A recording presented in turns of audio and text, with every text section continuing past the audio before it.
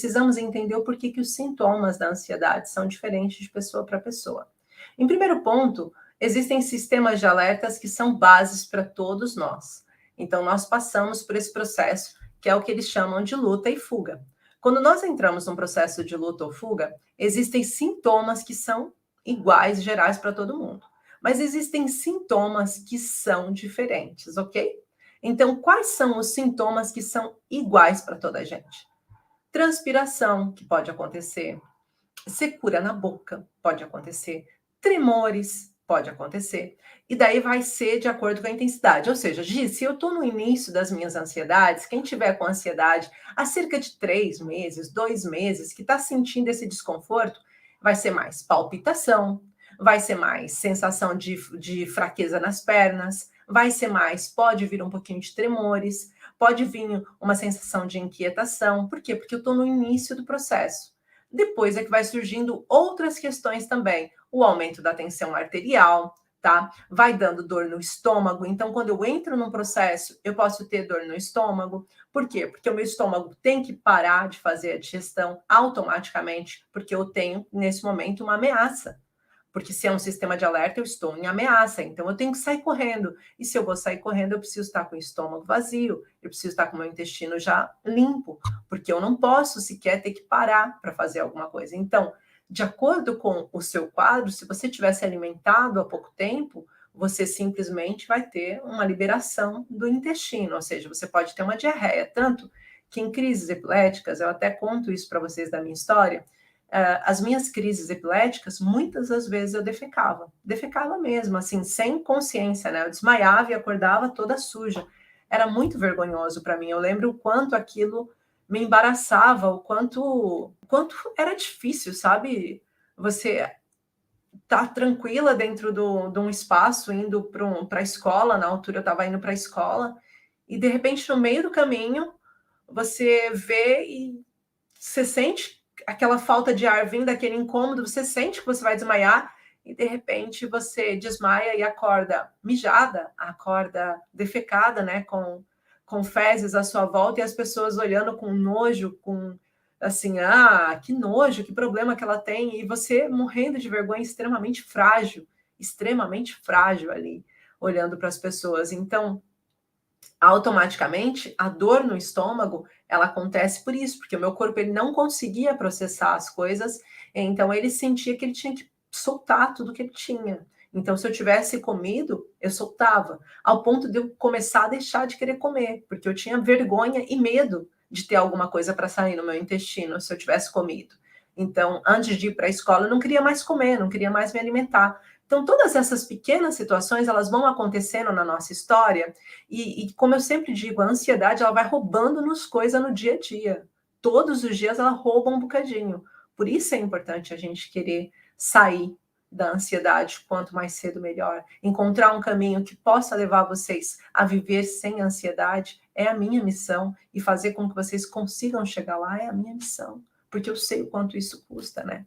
Então, o estômago é uma dessas coisas que acontece, fazer essa sensação. A sensação de choro, que a Marlene está falando também, de chorar imenso, de sentir sabe, as lágrimas caindo e não saber o porquê, a crise de choro está logo no início.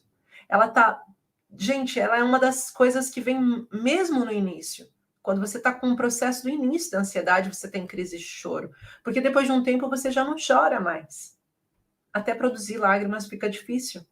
Você não entra mais nessa sensação de tristeza, de choro, de lágrimas, tá? Você começa a ficar apreensiva, sentindo que a qualquer momento pode acontecer uma crise de ansiedade. A qualquer momento pode começar tudo de novo. E aí você começa a ter uma preocupação exagerada perseguindo você, dando até enxaquecas, dores de cabeça, né? Por conta dessa preocupação. Então, o nosso organismo, ele vai produzir formas de fugir dessa ameaça. Por isso, os sintomas mais comuns, essa transpiração, é para se alguém me agarrar, eu conseguir sair. Lembrando que esse sistema que nós temos está no sistema límbico, ou seja, uma resposta automática do sistema nervoso autônomo do nosso corpo, ele reage de forma automática. Por isso, quando alguém fala, tá com firula, tá fazendo de conta que tá com ansiedade, nossa, que exagero. Meu Deus, é uma pessoa que não tem a menor ideia do que é ter ansiedade. Porque a ansiedade você não controla essa firula que eles chamam. Você não controla esses sintomas. Simplesmente eles acontecem. É o seu sistema nervoso autônomo, está acontecendo sozinho, você não consegue controlar, inclusive. Então, automaticamente, o que eu preciso fazer para conseguir combater esse caminho? Eu preciso entender que alguns sintomas são automáticos. A transpiração é automática, porque já no tempo das cavernas, se eu tivesse de frente a um leão, de frente a um urso, de frente a alguma coisa, eu precisava escapar. Então, se eu tiver totalmente transpirada, alguém quando vai me agarrar não é muito mais difícil me parar. Agora, se eu tiver sequinha, mal segura na minha mão e já para, né? Agora, se eu tiver molhada, né?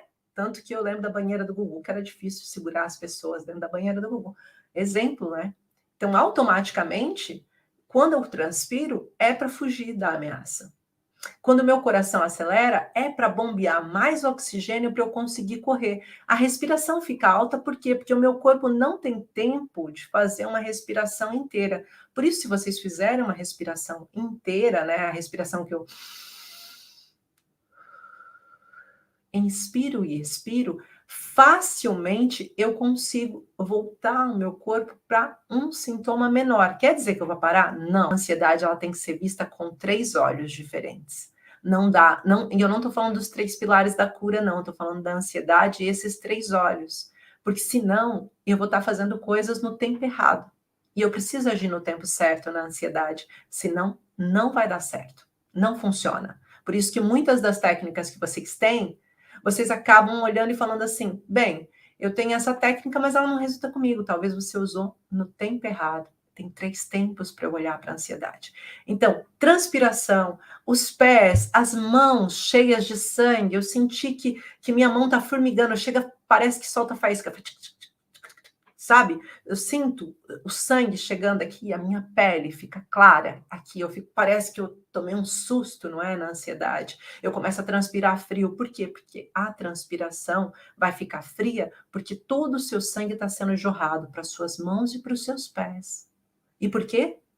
Porque você precisa lutar, você precisa fugir, você precisa correr.